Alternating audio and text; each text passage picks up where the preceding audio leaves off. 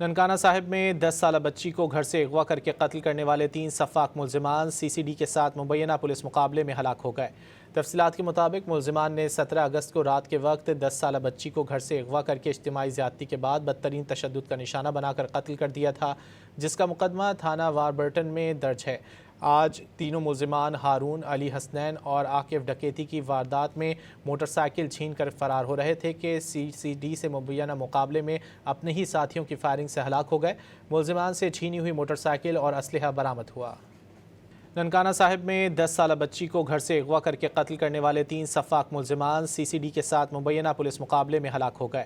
تفصیلات کے مطابق ملزمان نے 17 اگست کو رات کے وقت 10 سالہ بچی کو گھر سے اغوا کر کے اجتماعی زیادتی کے بعد بدترین تشدد کا نشانہ بنا کر قتل کر دیا تھا، جس کا مقدمہ تھانہ واربرٹن میں درج ہے۔